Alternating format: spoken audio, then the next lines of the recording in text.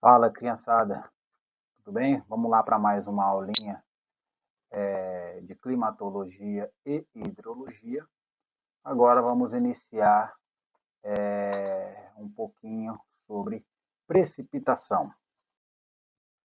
Precipitação nada mais é do que qualquer água proveniente da atmosfera, porém o mais importante de tudo isso, ela tem que atingir uma superfície. Se por acaso a gotinha de água ela está descendo lá do céu e antes de atingir a superfície ela já evapora, essa gotinha de água não é considerada precipitação. Ela é somente a gotinha de água que cai da atmosfera e, de fato, atinge uma superfície. Que ela pode acontecer em chuva, neve, granizo, neblina, orvalho e geada. As principais importâncias da chuva, primeiro, é a entrada de água na bacia hidrológica, na bacia hidrográfica, perdão, ou seja, é a entrada de água no ciclo hidrológico. Então, a precipitação nada mais é do que a entrada do fluxo de água que vai acontecer nos demais processos do ciclo hidrológico. E também é um subsídio para a gente poder quantificar a água para inúmeras obras hidráulicas. Por exemplo, o quanto de água a gente tem para abastecimento, para irrigação, para controlar, ou que a gente vai ter que controlar a inundação e para controlar a erosão. Mas aí pode surgir uma dúvida, professor, por que o senhor está falando de chuva e abastecimento de água? A partir da chuva é que a gente vai abastecer água? Não, galera. Na verdade, o abastecimento ele vai estar atrelado à água superficial ou à água subterrânea. Porém, nós não temos tantas estações fluviométricas e não temos muitos estudos sobre água subterrânea para a gente saber o quanto de água escoa de fato naquele rio ou quanto de água de fato tem na água subterrânea.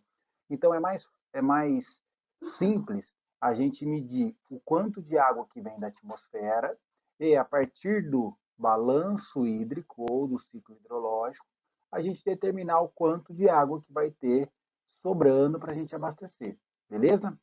Outra questão é a questão da irrigação. Então, o quanto que aquela cultura demanda de água, quantos dias chove, o quanto de volume que chove, consequentemente, o quanto que eu vou ter que irrigar para compensar a falta de água em alguns dias, beleza? A chuva também ela está diretamente atrelada à inundação, né? Porque o quanto que sobra de água sobre a superfície vai escoar e vai gerar inundação. E mesma coisa vai ser o caso da erosão, quanto de água que sobra sobre o solo, consequentemente, quanto de água tem disponível para erodir. A partir disso, nós vamos estimar o, o quanto de água nós vamos precisar controlar para esses quatro tipos de uso e, consequentemente, nós vamos dimensionar ou propor a nossa obra hidráulica. Bom, as chuvas, elas são formadas na atmosfera, beleza? A partir de um processo que o ar atmosférico próximo da superfície ele vai ter maior temperatura, né? Porque ele está em contato com a superfície aquece, consequentemente o ar também ele tem maior capacidade de aquecer. Com o aquecimento, a concentração de saturação do ar ele fica próximo aí de 20 gramas para cada metro cúbico, isso a 20 graus Celsius, e acima dessa temperatura, quanto mais a gente aumenta a temperatura do ar atmosférico acima dos 20 graus, maior será a concentração de saturação. Então, esse ar próximo à atmosfera, ele está com uma temperatura alta e, consequentemente, maior capacidade de concentrar ou de ser saturado com água. Esse ar ele fica mais leve e ele vai tender a subir. Com essa ascensão, ele vai diminuindo a sua temperatura e, consequentemente, rebaixa a concentração de saturação. Se dentro daquela massa de ar tinha um volume de água que era capaz de ser solubilizado por aquela massa de ar, quando atinge menor temperatura, aquele mesmo volume que estava dentro do ar, ele não tem mais capacidade de ser saturado. E aí causa a condensação de pequenas gotas, que ainda quando elas estão pequenas, elas são mantidas suspensas por correntes de ar que estão subindo e também pela turbulência do ar. Porém, ela vai aumentando o peso dela com o passar do tempo, vai aumentando o tamanho, porque essa massa de ar cada vez mais vai subindo, cada vez mais vai tendo menor concentração de saturação e vai ter mais água sobrando, ou mais vapor de água sobrando, sendo possível de ser causado a sua condensação. Quanto maior, quando ele atinge um peso suficiente para vencer a corrente de ar ascendente e a turbulência, a precipitação. Beleza? Inicialmente, a condensação ela ocorre com a necessidade de algum núcleo de condensação, que geralmente são partículas microscópicas de poeira, de fumaça e de sais. Beleza? Que esse é o primeiro mecanismo de crescimento da gota, que é a condensação. Conforme vai passando o tempo, vai tendo o mecanismo de coalescência, vai ocorrendo um mecanismo de coalescência, onde eu tenho um encontro de várias gotas, consequentemente, aquela pequena gota acaba ficando com uma dimensão maior. Outro mecanismo que acontece é o congelamento, ou seja, ocorre a deposição de vapor de água em outros grãos, em outros núcleos congelados já de água, então vai na superfície desses outros gelinhos vai condensando mais água, e também eu tenho a sublimação inversa, ou seja, a sublimação é a água, o gelo, passando do gelo para o vapor, ou seja, do estado sólido para o estado gasoso, sem passar pelo estado líquido. Então pode ocorrer a sublimação inversa, ou seja, o vapor de água virar gelo, ou seja, passar do estado gasoso para o estado sólido sem passar pelo estado líquido. Então são esses três mecanismos de condensação, coalescência e congelamento que causam o crescimento da gota de água. E os tipos da chuva, elas são formados pelos diferentes movimentos ascendentes da massa de ar. E eles podem ser frontais, convectivas e chuvas orográficas. O primeiro tipo de chuva, que são as chuvas frontais ou ciclônicas, elas se formam pelo choque de duas grandes massas de ar, com temperaturas e umidades diferentes. Geralmente é uma massa fria e uma massa fria e seca e outra massa quente e úmida. Que quando acontece esse choque dessas duas massas, a massa quente e úmida sobe.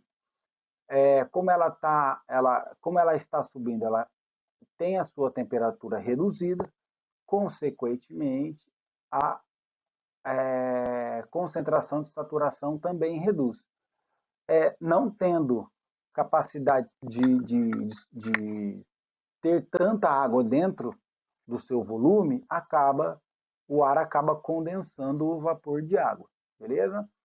Ou seja, eu tenho uma massa de ar frio e uma massa de ar quente, úmida e leve. Então, quando choca essas duas massas, a massa mais leve sobe, esfria e causa a condensação. Bom, quais são as características delas? Elas geralmente ocupam grandes extensões, tá? Ela se movimenta lentamente, tem longa duração, podendo durar até vários dias chuvosos, como está a carona sisuda dessa figura aqui, e ela tem geralmente baixa intensidade. Então, eu tenho longa duração com baixa intensidade. Já as chuvas convectivas, elas são chuvas, aquelas são conhecidas como aquelas pancadas de chuva, geralmente no final da tarde. O que acontece? Durante o dia, ao aquecimento de pequenas massas de ar, sejam elas continentais, sejam elas marítimas. Esse ar, novamente, quente e úmido sobe, diminui sua temperatura, diminui sua concentração de saturação e causa novamente a condensação. Porém, essa condensação acontece agora em menores extensões e, como elas são de curta duração, consequentemente, são de alta intensidade. O principal problema desse tipo de chuva são as inundações, tanto em áreas rurais e principalmente em área urbana. Tem essa carinha, os tipos das nuvens convectivas. Elas são chamadas de cumulonimbus, beleza? Ela tem esse nome porque ela tem um desenvolvimento vertical em que ela pode chegar até 15 quilômetros. Ela fica uma nuvem bem comprida, tá? Ela é bem... o ΔH dela é considerável, porém, vamos falar aqui, vamos chamar de diâmetro, que é menorzinho, beleza? Então, ela tem uma altura considerável, porém, uma base pequena, beleza? E o último tipo de chuva mais comum são as chuvas orográficas. Essas chuvas, elas acontecem por conta de um obstáculo no relevo que faz com que o ar quente e úmido suba. De novo, diminui a temperatura, diminui a concentração de saturação e a condensação. Mas essa condensação, geralmente, ela acontece mais próximos aos picos das serras, que apresentam altos volumes acumulados.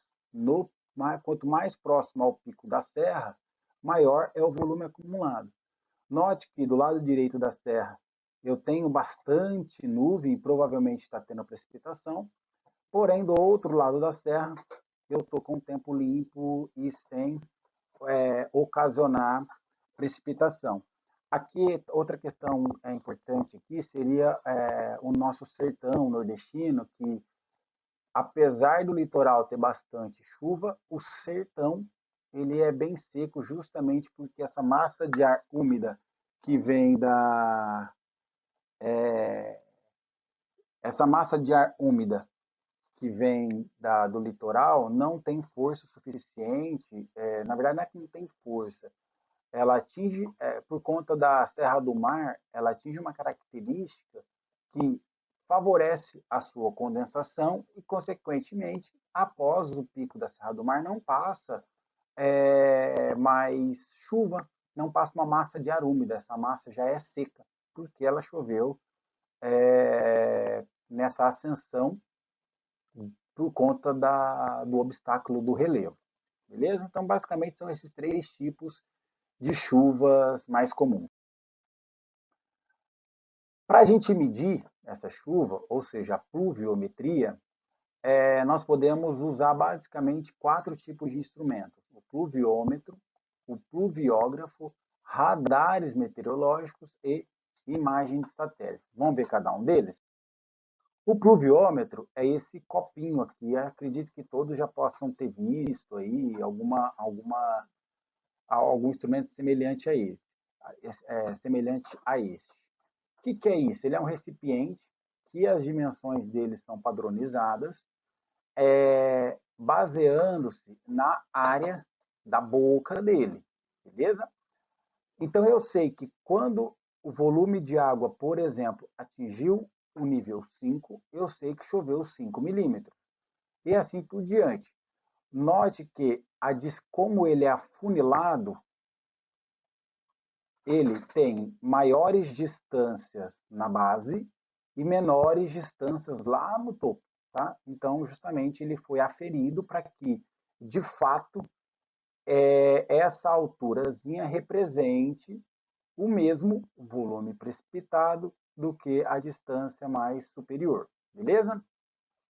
É, nós temos mais ou menos no Brasil aí cerca de 1.000 estações que as leituras elas são feitas diariamente às 7 horas da manhã.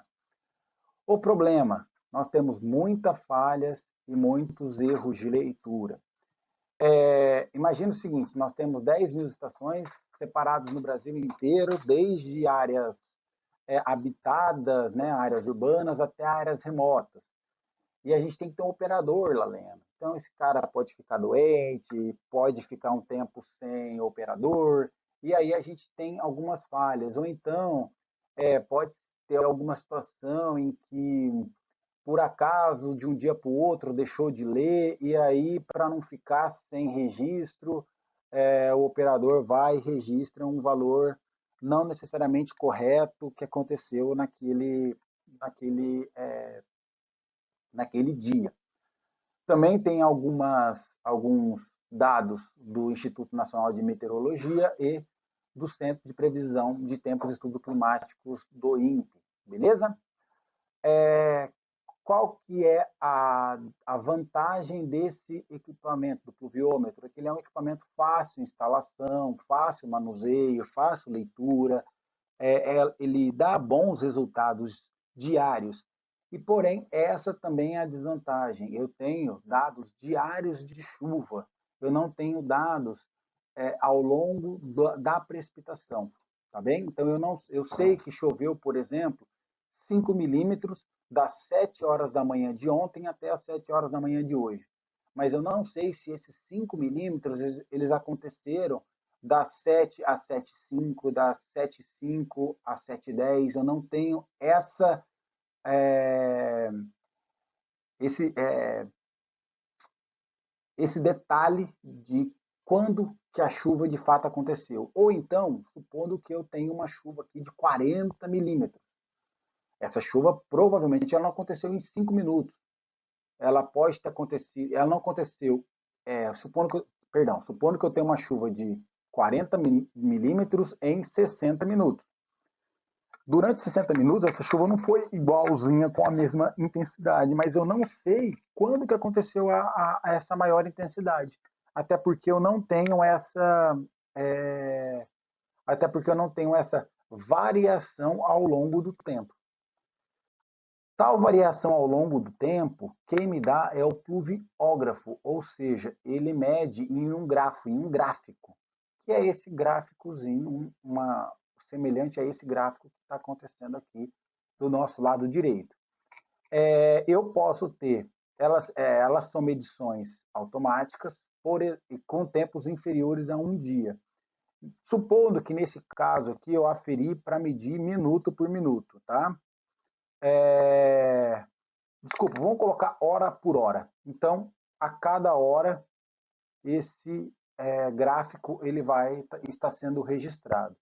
Então, por exemplo, eu tenho uma precipitação aqui que ela começou uma próximo aí às 3 horas da manhã, vai umas 2 horas e 50 minutos. Foi ocorrendo, foi tendo um acumulado de chuva, que mais ou menos ali às 5h20 da manhã, começou a ter uma intensidade significativa de chuva até as, por exemplo, 9 horas da manhã. E a partir das 9 horas da manhã, essa precipitação parou a precipitação. Então, note que do intervalo das próximo aí às 5 horas até às 8h30 da manhã, foi quando eu tive as maiores intensidades de chuva, beleza? Porém, essa chuva começou às 3 da manhã e ela acabou às 10 da manhã, por exemplo. Pode ser 10 da manhã, né, 10 da noite, enfim. Estou só facilitando aqui a nossa conversa, beleza? E quanto que eu sei que foi a chuva total desse evento chuvoso? Nesse tipo de gráfico, eu tenho que vir e somar todo esse volume que está aqui abaixo da curva. Então, todo esse volume, toda essa área, perdão, representa o volume de chuva que aconteceu durante o evento chuvoso. Se eu tenho todo o volume que aconteceu durante esse evento chuvoso e tenho o tempo em que esse evento chuvoso aconteceu, eu tenho a intensidade que choveu ao longo desse evento chuvoso. Beleza? Mas aqui eu tenho que vir e transformar esse gráfico em várias áreas conhecidas, por exemplo, vários trapézios, para que eu possa fazer a identificação da intensidade da chuva. Professor, eu quero separar tempo por tempo. Beleza, você pode vir aqui ó, das 3 às 5 e avaliar qual foi a intensidade. Das 5 às 6, que me parece que a intensidade foi maior, né? Porque o pico está mais íngreme. Depois, das 6 às 7, já foi um pico menos íngreme, um pouco mais na diagonal. E depois saber quanto que foi das 7 às 8h30. Tá vendo que foi um pico menos íngreme ainda do que os outros dois. Então, eu posso discretizar o tanto que eu quiser aqui a minha avaliação das chuvas. O pluviógrafo, ele é esse equipamentozinho aqui, tá? Ó, esse é um exemplo dele, em que ele tem a boca, que ele capta, tá? E ele tem esse sisteminha aqui em que ele vai medindo o quanto que está chovendo, e ele tem uma reguinha que ele vai, como se fosse uma caneta de pontinha fina, como a gente vê em eletrocardiogramas antigos, que ficava uma canetinha subindo e descendo, conforme ia marcando o eletrocardiograma. É a mesma ideia. É um papiro que ele vai girando e vai registrando. Quando não tem nenhum registro, ele marca zero. Quando começa a ter registro, ele vai subindo e tendo maiores marcações.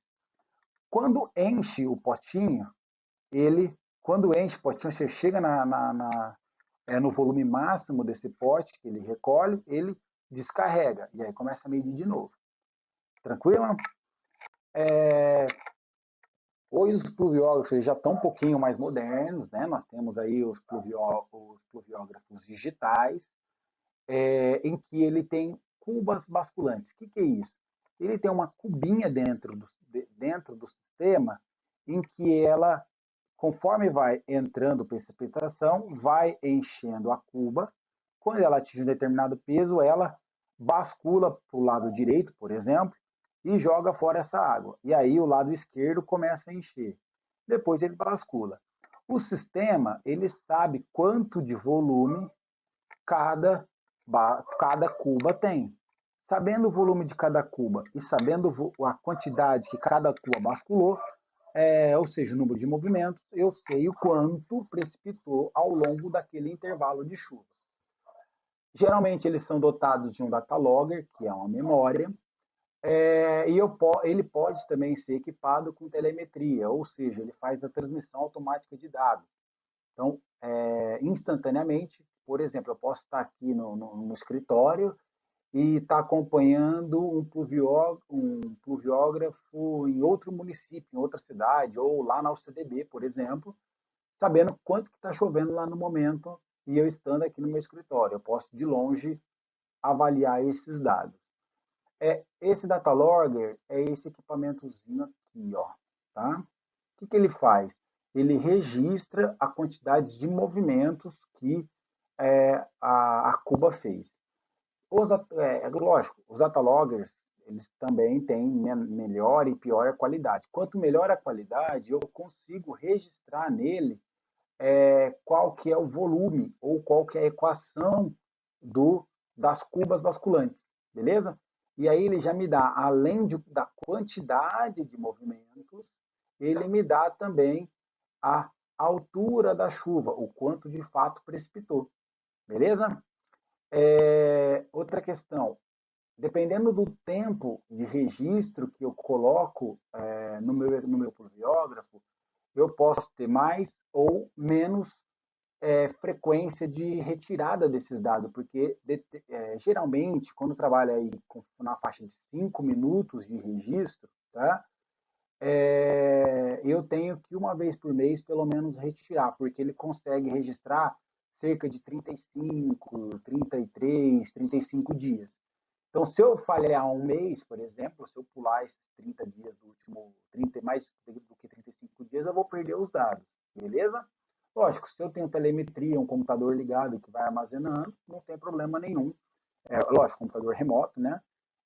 Não tem problema nenhum eu ter que ir lá e retirar esses dados.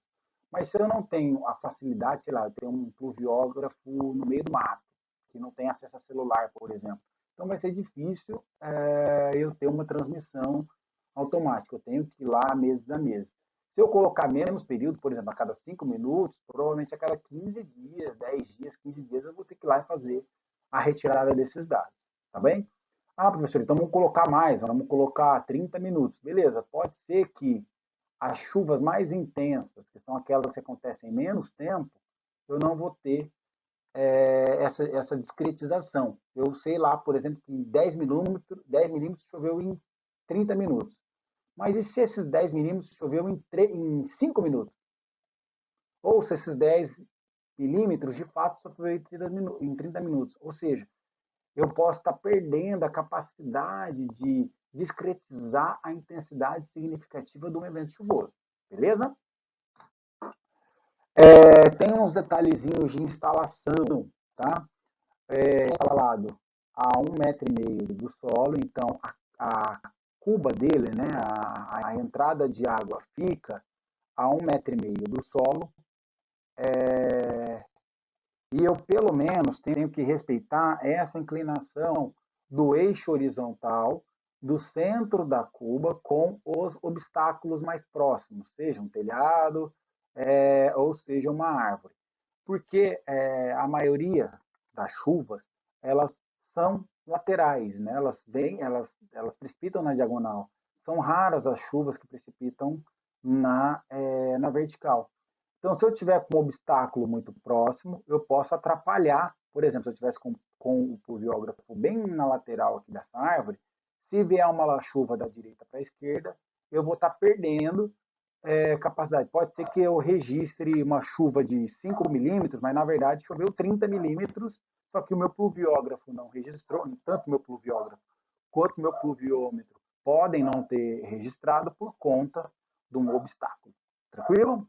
Então, recomendado aí é que conforme o ângulo de 30 a 45 graus, no máximo com a horizontal. E o topo do obstáculo. Outra forma de medir, outra ferramenta, são os radares meteorológicos, tá? Em que ele relaciona radares, sinais enviados e recebidos. Ou seja, o radar ele emite um sinal, esse sinal bate na chuva e bate na nuvem e volta com uma determinada intensidade que é absorvida pelo sensor. A diferença desse sinal remetido e recebido, os algoritmos que estão embarcados nesses radares, eles leem, interpretam e falam, olha, essa chuva ela está com um determinado volume de água ou de vapor de água. É possível que haja uma precipitação, exemplo, de 15 milímetros nas próximas 2 horas, tá bem? Então, os radares meteorológicos eles fazem essa estimativa em função do sinal enviado e do sinal recebido ou refletido pela nuvem, eles sabem qual que é a capacidade de eles estão sabendo qual que é a capacidade de volume de água e, consequentemente qual que é a possibilidade de volume de chuva, tá bem? Mas para cada vez mais esse algoritmo embarcado no radar possa dar bons resultados, o ideal é eu correlacionar o quanto choveu com registros com o quanto choveu nos registros dos pluviógrafos. Então, porque como nós vimos que as situações atmosféricas, elas dificilmente se repetem iguaizinhas, mas bem próximas, eu posso, a partir dessa proximidade, ler o que está acontecendo em uma nuvem, ou quais são as características atmosféricas, e prever ou estimar qual que vai ser a possibilidade de precipitação. Beleza?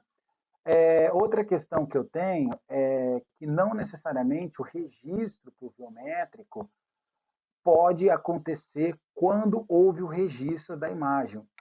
Porque, por exemplo, essa massa de ar, ela pode estar subindo, tá? E eu fiz esse registro, por exemplo, às 9 horas da manhã, e o pluviógrafo registrou às 9 horas, sei lá, das 9 às 11, né, que eu falei que eram 2 horas, registrou zero de precipitação. Mas pode ser que essa precipitação não aconteceu aonde estava posicionado o pluviógrafo. Ele aconteceu em uma outra região. Então, eu tenho que levar também em relação a essa movimentação da massa de ar, para eu definir qual que é a qualidade ou como que eu vou, a qualidade dos dados e como que eu vou ir ajustando os algoritmos ao longo do tempo, para que cada vez mais ele reflita melhor a intensidade da chuva. Outra questão é em relação à imagem de satélite, pelas temperaturas do topo da nuvem, né? Por exemplo, aqui essas nuvens mais escuras, elas são em temperaturas aí mais próximas aqui a menos 50 graus.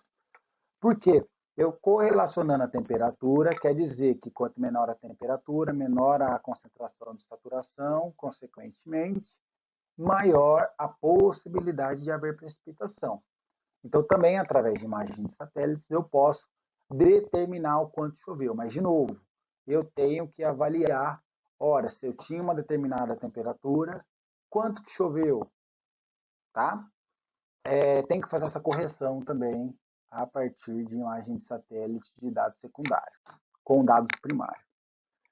Bem, aí nós vamos analisar os dados de precipitação. A primeira delas, que nós chamamos altura de precipitação, que é a espessura de lâmina de água que precipitou, ou que foi registrado no pluviômetro, por exemplo, que nada mais é que 1 milímetro representa 1 litro por metro quadrado. Por que a gente usa altura de precipitação e não volume de precipitação? Porque se a gente chegasse e falasse assim, olha, choveu 1 litro de chuva, tá, mas 1 litro de chuva é aonde? É só na minha casa? Foi 1 litro no meu telhado? Foi 1 litro no município inteiro?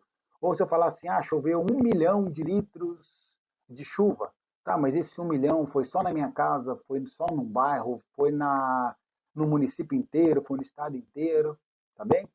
O que acontece? Quando a gente trabalha com altura de precipitação em milímetro, fica mais padronizado que ocorreu essa altura de chuva, independente da área que a gente esteja avaliando, teve a precipitação de 1 milímetro de altura. Ora, se eu quero saber então qual foi o volume que aconteceu no telhado da minha casa, eu vou multiplicar pela área do meu telhado. Se eu quero saber o quanto que aconteceu no determinado bairro, eu vou multiplicar pela área desse bairro. E assim por diante. Ou seja, a padronização por altura facilita a padronização ou a determinação do volume de chuva. Outra informação importante é o período de chuva, ou seja, quantos minutos, quantas horas houve a precipitação. Nesse caso, eu vou ter que ter o pluviógrafo fazendo a leitura, porque o pluviômetro me dá só a medida de um dia de precipitação. Beleza. Se eu tenho a altura e tenho o tempo, eu tenho a intensidade, que nada mais é do que a divisão da altura da chuva por tempo de chuva. Beleza?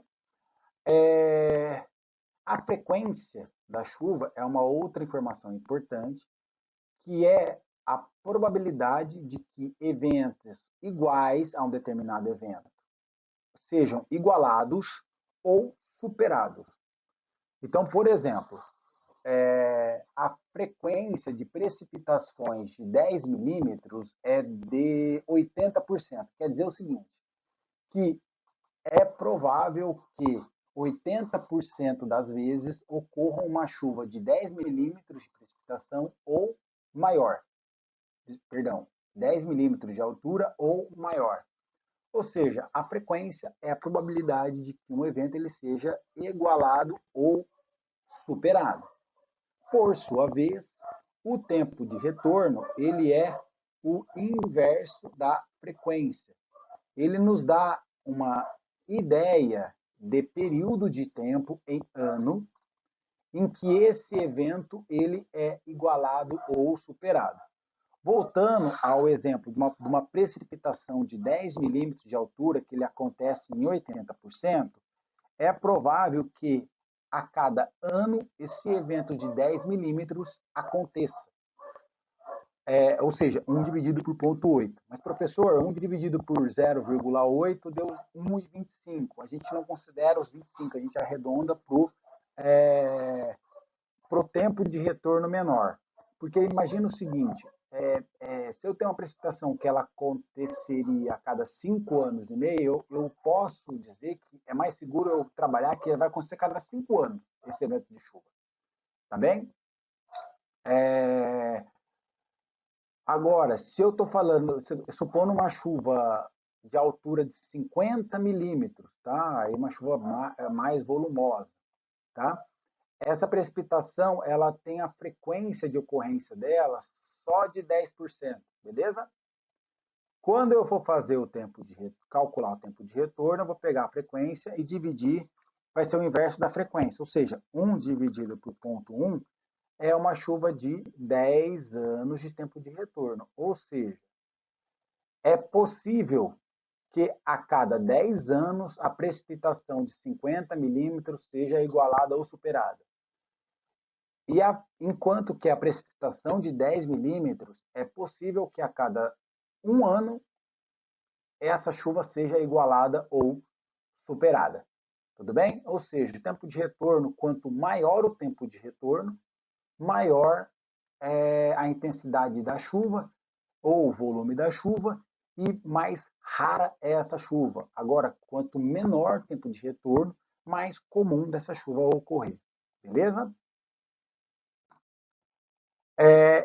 Aí, só para a gente ter uma ideia, um exemplo aí, ó, de frequências de ocorrência. Então, em uma determinada estação pluviométrica, foram registradas as precipitações diárias de 23 anos de dados.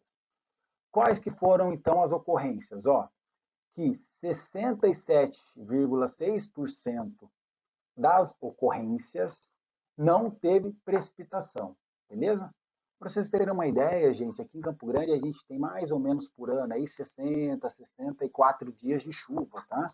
Para vocês terem uma ideia aí de qual, se essa frequência aqui ela é alta ou ela é baixa, tá? Se a gente for considerar aí 60 dias de chuva em 365, a gente tem em Campo Grande aí só 16% dos dias com chuva e 84% dos dias sem chuva. Essa estação que nós estamos trabalhando aqui é uma estação lá do sul do país, lá do Rio Grande do Sul, tá? Então, notem que lá tem 37% aí das ocorrências dos dias com chuva. Se a gente for trabalhar em 365 dias, vai ser mais ou menos aí 130 dias com chuva, tá? Só para vocês terem uma ideia aí da diferença nossa aqui com o Rio Grande do Sul. Aí foram os outros registros, ó. Ocorreram então 1.464 registros de precipitações até 10 milímetros, que representou então 17%. E foi assim por diante, aonde a maior precipitação foi entre 180 e 190, com um registro que a frequência foi 0,01. Em termos de tempo de retorno, olha só, eu vou pegar e vou dividir 1 dividido por 0,676. Deu 1,5, ou seja, é possível que todo ano tenha pelo menos um dia sem chuva. Vou fazer pela segunda divisão, 17,177. É possível que a cada 5 anos tenha uma precipitação de até 10 milímetros. Vamos lá para o último, ó. Vou dividir então 1 por 0,001, tá? Deu que a cada 10 mil anos é possível ter uma chuva de 180 a 190 milímetros, ou seja, é razoável ou não essa chuva que aconteceu de 180 milímetros em um dia. Só para vocês terem uma ideia, gente, ou mais que 180, 180, 190. É esperado aqui no mês, em Campo Grande, está esperado aqui cerca de 240 milímetros no mês inteiro. Tá? Então, vocês imaginam uma chuva de 190 milímetros em um dia. Ou seja, é como se uma chuva seria uma precipitação, um volume precipitado em um dia, que corresponderia a mais da metade do que é esperado para 30 dias do mês. Tá? Então, é uma chuva, assim, razoavelmente intensa, tá bem? Beleza? Para eventos diários. Só para vocês terem uma ideia aí, um exemplo de como fazer. E aí, a gente encerra essa primeira parte da aula de precipitação nesse exercício 4.1, que será o exercício que vocês me entregarão como atividade de presença. A resposta está no próximo slide, tá bem? Mas, assim, tentem fazê-lo sem olhar. Qual que é, como que vocês fazem? Como que será feita? Primeiro vocês colocarão os números da ordem. O que é isso? Ordem 1, ordem 2, até a ordem 19. Beleza? Ou seja, eu tenho as precipitações anuais de 1945 até 1963 de uma determinada estação pluviométrica, que nesses anos tiveram esses volumes totais precipitados. Para eu descobrir qual que é a frequência, eu tenho que, primeiro, ordenar as chuvas do 1 até o 19, ou seja, do maior volume precipitado para o menor volume precipitado anualmente. Aí eu vou calcular a frequência. A frequência ela é calculada como? A frequência ela é calculada pela ordem daquele dado, dividido pelo número total de ordens mais 1. Então, vamos lá. Esse primeiro aqui, ele foi calculado, então, com 1 dividido por esse daqui, ó. 1 dividido por 19 mais 1. Professor, mas por que esse mais 1? Porque, supondo lá no último, nesse último aqui, ó, beleza? O que eu teria? Eu teria 100%. Tranquilo ou não? Ou seja, eu estou afirmando estatisticamente que esses 19 dados representam 100% dos eventos anuais que podem acontecer. Ou seja, isso não é verdade. Então, por isso que eu estou somando 1, para que eu não tenha nem 0 e nem 100% de certeza de todos os dados que eu estou trabalhando. Beleza? Então, de cabeça, a resposta da frequência dessa primeira ordem é que ele tem 5% de acontecer. Então, se eu pegar lá 100 eventos de chuvas anuais dessa estação, eu posso afirmar que 5 eventos foram iguais ou superiores a 1.850. É provável que, dentro de 100 eventos de chuva, 5 deles superem ou igualem 1.854,7 milímetros. Beleza? Já aqui no último, ó, eu tenho tempo de retorno de 1,1 ou 95% de frequência. Ou seja, eu posso afirmar que desses 100 dados, é provável que 95% deles sejam iguais ou superiores a 1.044,7 milímetros de precipitação por ano. Por fim, vocês farão o cálculo do tempo de retorno, que é o inverso da frequência. Beleza? E aí vocês vão calcular todos os tempos de retorno. Ou seja, é possível que a cada 20 anos, 1.854,7 milímetros de chuva aconteça no ano. Assim como é possível que a cada ano, 1.044,7 milímetros sejam igualados ou superados de volume total acumulado anualmente. Tranquilo? Então, esse é o primeiro exercício dos senhores. E vamos para os próximos slides.